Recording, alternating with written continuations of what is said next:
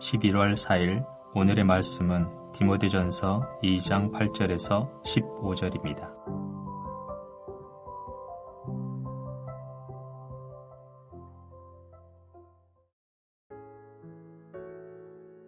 그러므로 각 처에서 남자들이 분노와 다툼이 없이 거룩한 손을 들어 기도하기를 원하노라. 또 이와 같이 여자들도 단정하게 옷을 입으며 소박함과 정절로서 자기를 단장하고 따은 머리와 금이나 진주나 값진 옷으로 하지 말고 오직 선행으로 하기를 원하노라. 이것이 하나님을 경외한다 하는 자들에게 마땅한 것이니라. 여자는 일체 순종함으로 조용히 배우라.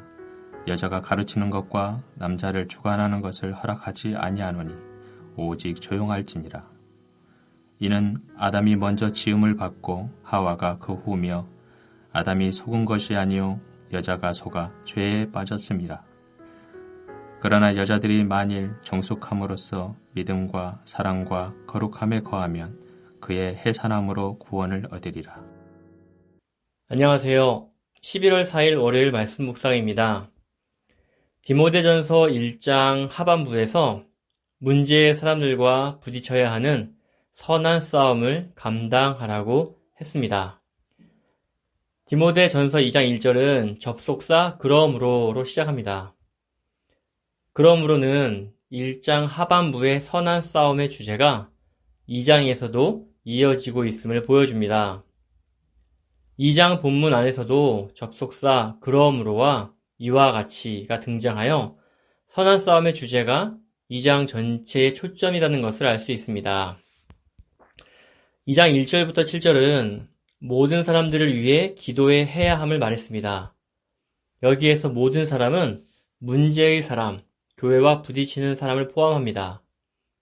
하나님 나라는 세상과 싸우지만 사랑의 싸움입니다. 하나님께서는 문제의 사람들까지도 구원하시려고 노력하십니다. 그러니 교회는 그들이 회개할 수 있도록 기도해야 하는 것입니다.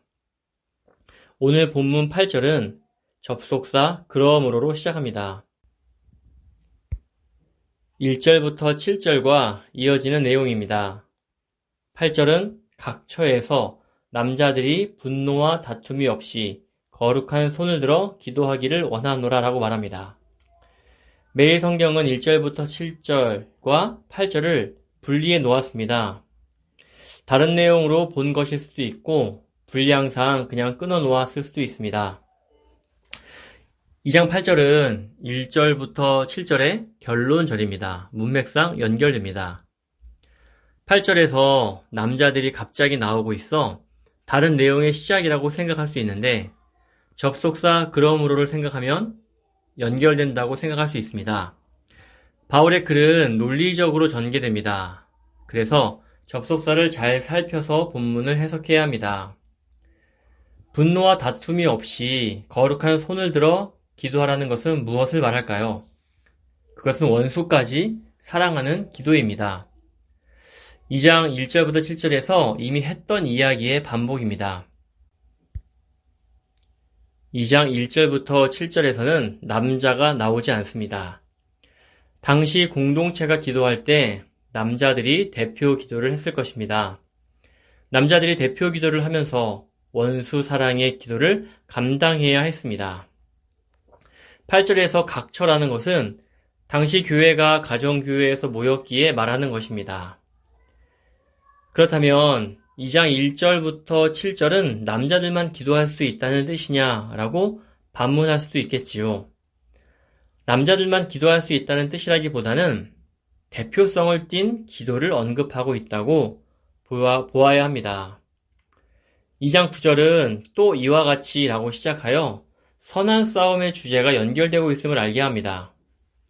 2장 9절부터 15절은 여자들이 싸워야 할 선한 싸움의 내용으로 선한 행실에 관한 이야기입니다. 2장 9절부터 10절은 여자들이 단정한 옷을 입고 선행을 하기를 권면합니다. 여자들이 단정하게 옷을 입고 선행을 하는 것이 선한 싸움과 무슨 상관이 있을까요? 이 본문을 해석하기 위해서는 여자가 누구인지를 밝히는 일이 먼저 필요합니다. 12절을 보면 여자와 남자가 나옵니다. 그리고 곧 이은 13절에서 아담과 하와가 나오지요. 여자와 남자는 아담과 하와의 관계처럼 부부로 볼 수 있습니다. 여자는 아내로, 남자는 남편인 것이지요. 고대 사회에서는 여자가 외모로 잘 보여야 할 대상이 남편이었습니다. 선한 행실로 잘 보여야 할 대상도 남편입니다.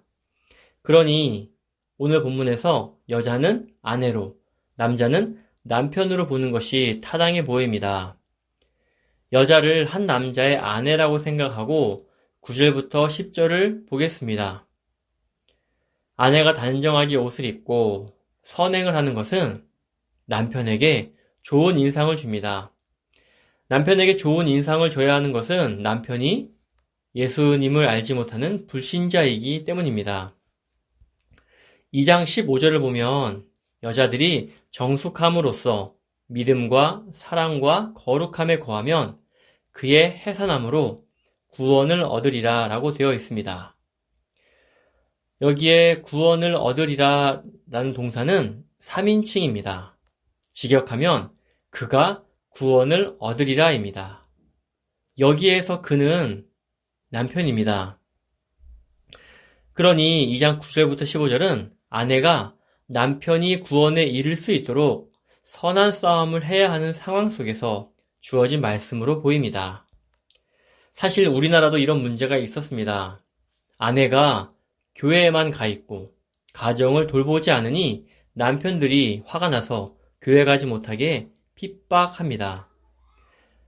바울은 이런 상황이 발생하지 않도록 선행으로 그를 구원하라라고 권면하고 있습니다.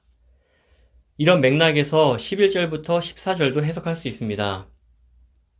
아담이 먼저 지음을 받았고 하와가 그 후라는 것은 먼저 지음받은 남편의 권위를 말합니다. 그런데 아내인 하와가 먼저 속았고 잘못된 지식을 전해 주어 아담도 잘못하게 되었습니다. 이 예가 보여주는 것은 반면 교사입니다. 아내가 잘못하면 남편도 잘못하게 되었다는 것을 보여주죠. 그러나 반대로 생각해 보십시오. 아내가 믿음과 사랑과 거룩함에 거하면 남편은 어떻게 될까요? 남편은 예수 그리스도를 믿고 구원받을 수 있습니다. 바울은 이 이야기를 하고 있는 겁니다. 2장 15절은 반위 접속사 그러나로 시작합니다. 앞서 아내로 인하여 남편이 잘못한 것들이 있다면 그러나 아내가 믿음과 사랑과 거룩함에 거하면 남편이 구원에 이를 수 있다는 것을 잘 보여줍니다. 신약 다른 성경에서도 이런 비슷한 이야기가 나옵니다. 베드로전서 3장 1절을 보겠습니다. 베드로는 아내의 착한 행실로 말미암아 남편이 구원을 얻게 된다고 말합니다. 아내의 착한 행실로 인해 남편이 감동받고 교회에 가는 일이 생깁니다. 이건 매우 현실을 반영한 권면입니다. 고대 사회에서 여자들의 역할은 가정 내에 한정되어 있었습니다. 그래서 그리스도인 여자들이 선한 싸움을 싸워야 할 현장은 가정이었고 그 대상은 남편들이었습니다. 이것을 우리에게 적용해 본다면 그리스도를 증거하기 위해 선한 싸움을 해야 할 곳은 멀리 선교지가 아니라 가정과 직장일 것입니다. 내가 그리스도인으로 선한 행실을 보이면 그것이 동기가 되어 내 가정이, 내 직장 안에 있는 사람들이 그리스도를 찾게 될 것입니다. 성도 여러분, 현실에서는 선한 행실을 보이면 호구가 될 수 있다고 말할지도 모르겠습니다. 선행을 높이 평가하지 않는 세상의 악함 때문입니다. 그러나 하나님 나라를 사는 그리스도인은 사랑의 방식으로 싸워야 합니다. 그것은 바로 선한 행실입니다. 사랑하는 성도 여러분, 우리는 믿음의 선배들의 선한 행실로 인해 그리스도를 알게 되었습니다. 그러니 선한 싸움의 방식은 여전히 이 땅을 새롭게 할 대안입니다. 그리고 이 일을 시작하신 하나님께 소망을 두고 오늘 하루 선한 싸움의 날이 되어야 할 것입니다. 우리가 선한 싸움을 할 수 있는 믿음과 용기를 그리스도께서 주실 것입니다. 하나님께서는 우리를 도우실 것입니다. 함께 기도하겠습니다. 전능하신 하나님 아버지, 나의 배우자, 자녀에게 선한 행실을 보이게 하소서. 직장에서 선한 싸움을 시작할 수 있게 하소서. 하나님께서 이스라엘을 선택하셔서 온 세상에 하나님이 어떤 분이신지 드러내 보이셨습니다. 오늘 우리를 통해서 하나님을 세상에 드러내실 때 내게 담대함을 주소서. 포기하지 않고 하나님을 주인 삼은 삶을 살게 하소서. 예수 그리스도의 이름으로 기도합니다. 아멘.